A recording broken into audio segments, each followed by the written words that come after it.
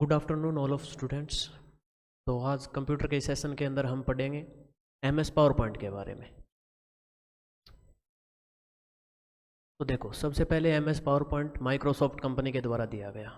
Microsoft company ने 1990 के अंदर MS पावर पॉइंट को लॉन्च किया मार्केट के अंदर। तो स्टार्टिंग में MS पावर पॉइंट का इतनी हाइप नहीं थी, लेकिन जैसे जैसे टाइम निकला MS पावर पॉइंट की डिमांड बढ़ती गई और आज के टाइम पे MS ऑफिस के अंदर सबसे ज़्यादा पावरफुल सॉफ्टवेयर बन के तैयार हो गया MS power point.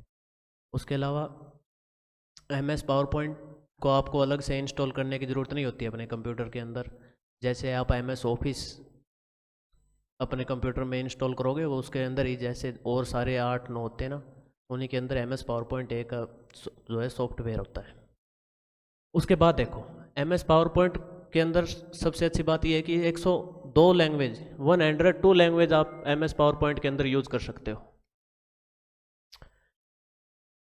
MS power point, फिर देखो MS पावर पॉइंट काम में क्या आएगा।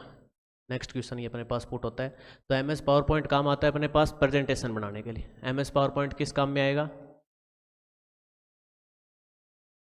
प्रेजेंटेशन बनाने के लिए, ठीक है।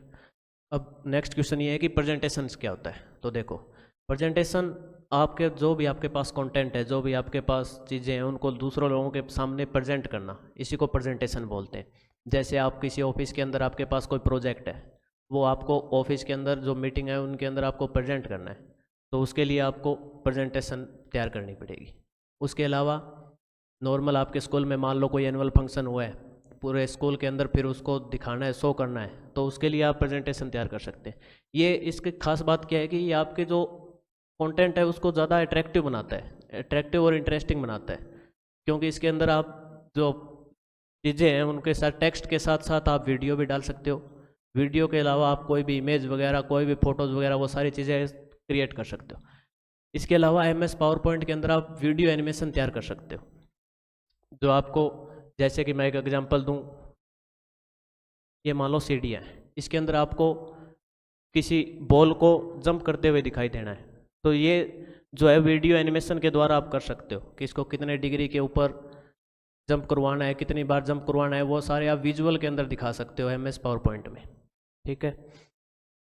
अब देखो आगे,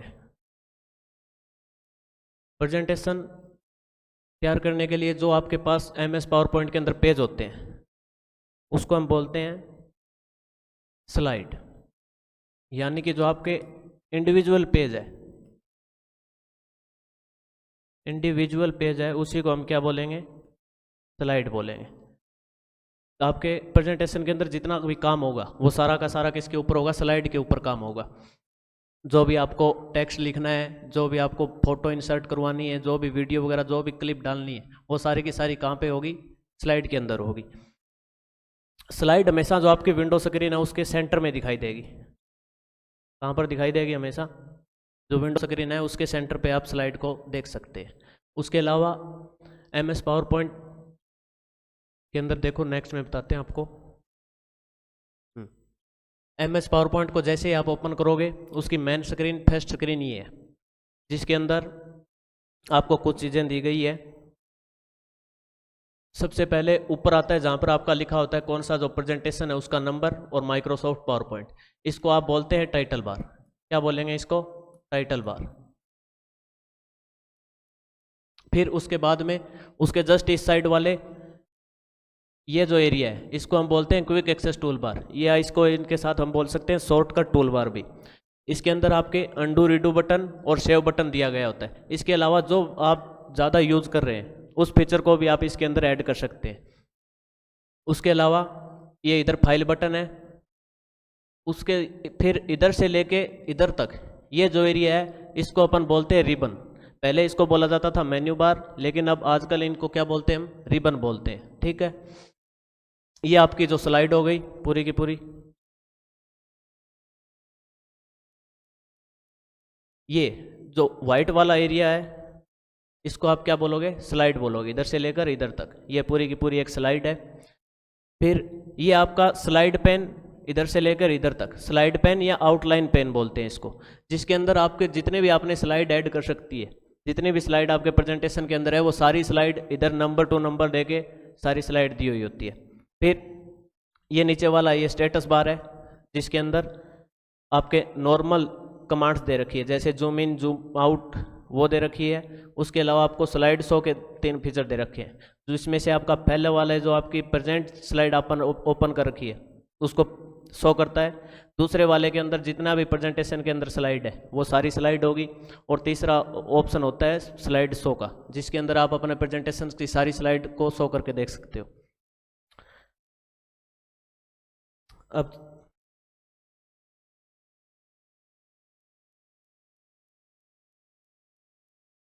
तो अब हम चलते हैं MS पावर पॉइंट के अंदर। ठीक है, तो ये है MS पावर पॉइंट की जो मेन स्क्रीन है। जैसे यहाँ पर MS पावर पॉइंट ऑन करोगे तो आपको ये स्क्रीन दिखाई देगी, जिसके अंदर बीच में ये है एक स्लाइड है पूरी की पूरी। उसके अलावा और सारे फीचर दे रखे हैं। ये जो फीचर दे रखे हैं आपको, ये जो फीचर दे रखे हैं आपको होम, इंसर्ट, ड्रा वाले, इन सारे फीचर्स को अपन बोलते हैं टैब्स। क्या बोलते हैं? इनको हम बोलेंगे टैब्स। उसके अलावा जैसे ही आप होम पे जाओगे, जैसे ही होम के अंदर जाओगे तो ये जो आपको अलग अलग आए हैं इनको ग्रुप्स है। ये स्लाइड ग्रुप हो गया, ये फॉन्ट ग्रुप, ठीक है, ये पैराग्राफ, ये ग्रुप है। इस तरीके से इनको हम बोलेंगे ग्रुप। अब देखो आज की क्लास में हम नॉर्मल स्टार्टिंग वाले पढ़ेंगे, नेक्स्ट क्लास जो भी हम पुट करेंगे उसके अंदर हम एनिमेशन को सीखेंगे। तो आज देखो होम वाले फीचर में जैसे ही आपको इसमें कुछ लिखना होता है तो इस पे जैसे आप लेके आओगे तो सबसे पहले मेन बात आपको ध्यान में ये रखनी है कि आपको टेक्स्ट ज़्यादा यूज़ नहीं करना है, क्योंकि जितना ज़्यादा टेक्स्ट होगा, जितने ज़्यादा चीज़ें होंगी, लोग उतने ज़्यादा बोर होंगे उस चीज़ से। इसलिए आपको ज़्यादा अट्रैक्टिव लगाने के लिए, लोगों का ध्यान उसके अंदर फोकस करने के लिए आपको सबसे पहले ध्यान ये रखना है कि उसमें कम चीज़ें लिखो, मेन चीज़ें लिखो। ठीक है, फिर जैसे मान लो अपन नॉर्मल लिखते हैं, स्कूल के बारे में लिख रहे हैं, ठीक है, तो उसके अलावा इसके अंदर मैं आपको होम के फीचर है वो यूज़ करके दिखाता हूँ। तो अब देखो आगे हम इसके अंदर जब अपने को जैसे न्यू स्लाइड ऐड करनी है तो इधर से होगी न्यू स्लाइड ऐड। आपको जो भी लेआउट चाहिए वो आप इसमें से ले सकते हो। जैसे अपने को 2 कंटेंट डालने, अलग अलग कंपैरिजन करके दिखाना है किस चीज़ों का, तो ये ले सकते हो आप दूसरे वाली। और आपको ऐड करनी हो तो मान लो ये ऐड करनी है तो ये ऐड कर ली, वो अलग अलग उस हिसाब से फिर आ जाएंगे। इसके अलावा आप और क्या कर सकते हो होम में, जैसे अपन फर्स्ट स्लाइड पे आते हैं, स्कूल वाली पे,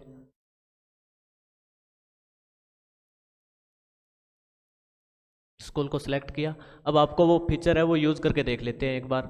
जैसे इसको बोल्ड करना हो, सिलेक्ट करने के बाद स्कूल पे आपको थोड़ा सा फोकस रखना है। जैसे अपन ने बोल्ड किया, स्कूल बोल्ड हो गया ना। इटालिक के अंदर वर्ड्स थोड़े टेढ़े हो जाते हैं, ठीक है। उसके बाद अंडरलाइन करने के लिए आप इसका यूज़ करोगे। फिर शैडो इफेक्ट, MS वर्ड और MS power point home feature में ये एक डिफरेंस है कि MS वर्ड के अंदर शैडो इफेक्ट नहीं दिया जाता, और MS पावर पॉइंट के आप शैडो इफेक्ट भी यूज़ कर सकते हो। जैसे ये देखो नॉर्मल स्कूल है वो, उसके अंदर शैडो इफेक्ट दिखा रहा है। फिर जैसे हाईलाइट करना हो अपने को, कोई भी कलर लो, उसमें आप हाईलाइट कर सकते हो, कलर चेंज भी कर सकते हो इसके अंदर।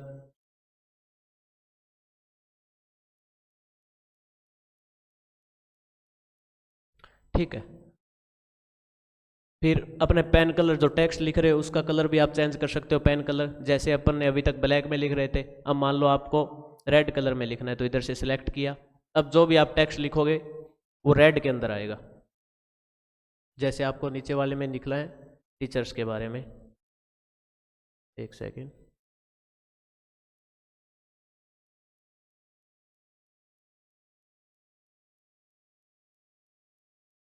जैसे टीचर्स के बारे में लिखना है तो अपन ने लिखा। अब देखो पेन कलर, उसका टेक्स्ट कलर चेंज हो गया ना, स्कूल का टेक्स्ट भी चेंज हो गया क्योंकि हमने उसको सिलेक्ट ही रख रखा है अभी तक। अगर वो स्कूल को हम पहले वाले टेक्स्ट में चाहते हैं तो उसका हमेशा ध्यान रखना वो सिलेक्ट नहीं होनी चाहिए चीज़ें। फिर आगे नेक्स्ट देखो,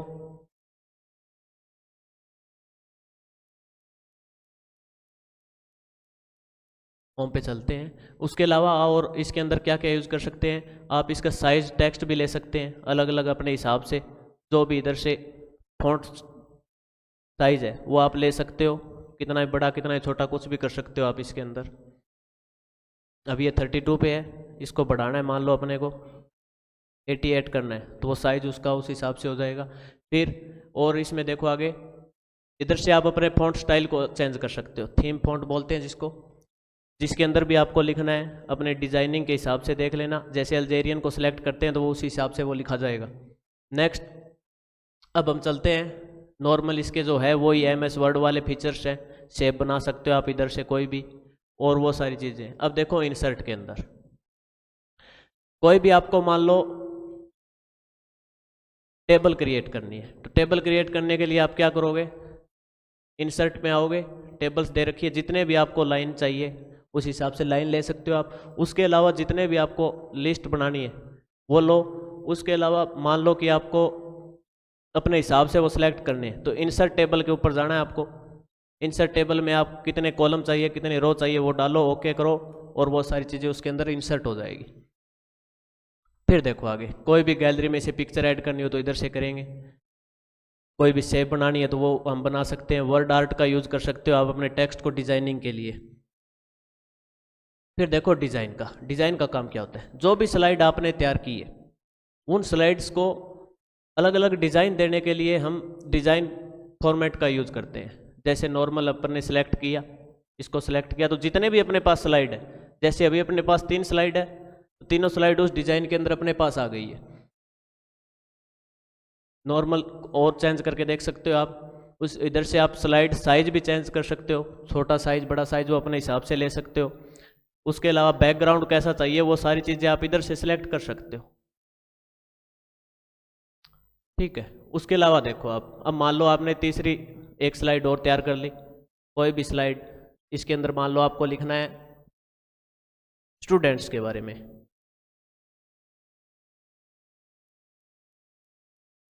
ठीक है। तो 3 स्लाइड हो गई अपने पास, स्टूडेंट्स के बारे में लिखना है मान लो। अब इन स्लाइड्स को अपन देखना चाहिए अलग अलग से, जैसे कि मान लो स्लाइड शो वाले बटन का यूज करके देखते हैं अब अपन। पहले तो देखो आप जूम इन जूम आउट वाले, जैसे आपको इनका साइज इंक्रीज करना है आप इधर से कर सकते हो, प्लस बटन का यूज भी कर सकते हो, माइनस बटन का यूज भी कर सकते हो आप, ठीक है। उसके अलावा ये जो आपकी प्रेजेंट स्लाइड को दिखाएगा, ये दिखाएगा आपकी स्लाइड की लिस्ट को, जितनी भी स्लाइड आपके पास है उन सारी लिस्ट है वो एक साथ इधर आ जाएगी। जैसे अपने पास 3 स्लाइड थी, अभी तीनों स्लाइड है वो उनकी नंबरिंग के अंदर आ गई। फिर तीसरा ऑप्शन है अपने पास स्लाइड शो का, फर्स्ट स्लाइड है अपनी स्टूडेंट्स, जो प्रेजेंट स्लाइड थी उसके ऊपर है, आगे वाली ब्लैंक है, ये आ गई। अब मान लो अपने पास फर्स्ट को सिलेक्ट किया, अब देखते हैं स्लाइड शो करके। फर्स्ट आ गई स्कूल, ठीक है। सेकंड स्लाइड आ गई अपनी टेबल वाली, तीसरी आ गई स्टूडेंट वाली, फिर ब्लैंक, और फिर वो लिस्ट आ जाएगी। इस तरीके से हम अपना स्लाइड जो है वो करके देख सकते हैं कि लोगों के सामने वो कैसा प्रेजेंट होगा। उसके अलावा एनिमेशन की आपको एक अलग से क्लास लेंगे, क्योंकि एनिमेशन टॉपिक थोड़ा सा ज़्यादा बड़ा है तो उनको हम अलग से समझ लेंगे।